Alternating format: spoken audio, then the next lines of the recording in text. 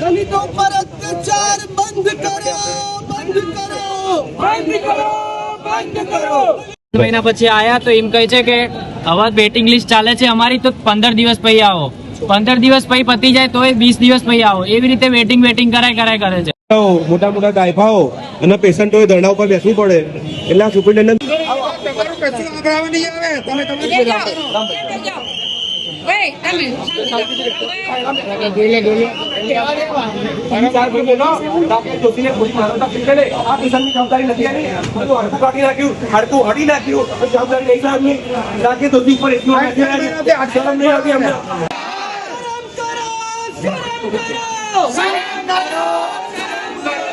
એક મહિના સાહેબ હાડકું તમે કાઢી ઘેર આપી દો, એ ચાલે।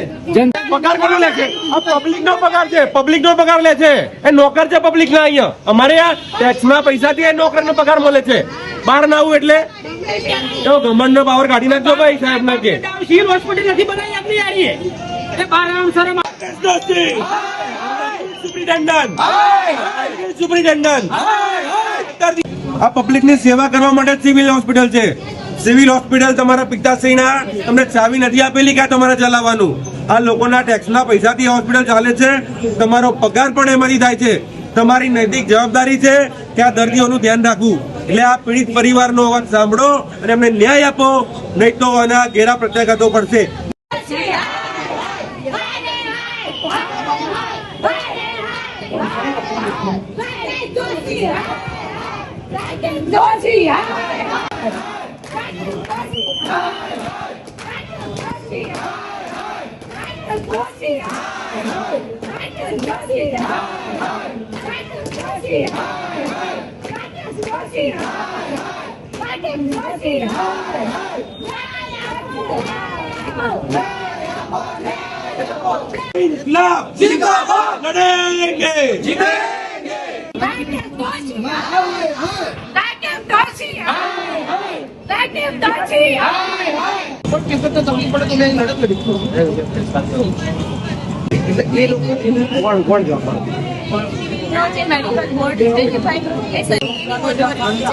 આનો તમને નથી કહેતા વાત કરવા માંગતો હોય, આપણે વાત કરવા તૈયાર છીએ, આપણે સારી રીતે બેસીને વાત કરીએ।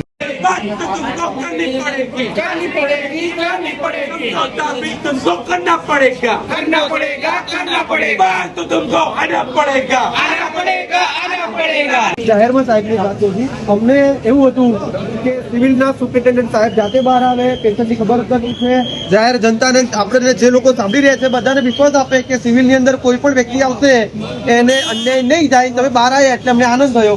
હવે ટેકનિકલી તમે જોઈ લો, આનું તાત્કાલિક નિરાકરણ આવે અને બીજા કોઈ પેશન્ટ જોડે ના આવે, ધેટ્સ ઇટ।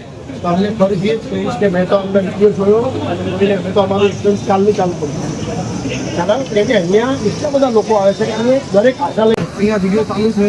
સાહેબ આપણી સાથે સિવિલ સુપ્રિન્ટેન્ડન્ટ સાહેબ આવેલા છે, જે આપણે આહવાન કર્યું હતું એ પીડિત છે અને જે અન્યાય થયેલો હતો, આવી નાની મોટી આપણી માંગણી હતી, પરંતુ ત્યારે સાહેબ આવે છે, એમને આશ્વાસન આપ્યું છે કે આ પેશન્ટ જોડે નહીં થાય, એને તો જસ્ટિસ મળશે। તેના સિવાય કોઈ પણ વ્યક્તિ હશે તેને સિવિલ હોસ્પિટલમાં કોઈ પણ જાતની તકલીફ નહીં થાય તેની સાહેબ બાંયધરી આપી રહ્યા છે। તો તમામ લોકોએ જે આશ્વાસન આપ્યું છે સૌનો આભાર, અને સાહેબ તમારો પણ આભાર કે તમે આવીને જાહેરમાં આવીને સારું કોઓપરેટ કર્યું। ના 100% અને એવું પણ તમને કહું છું કે કોઈને બી તકલીફ હોય તો મને પહોંચવા માટે કોઈની પરમિશનની જરૂર નથી, મારી ઓફિસમાં 2 ધોળા કરી શકશે। जय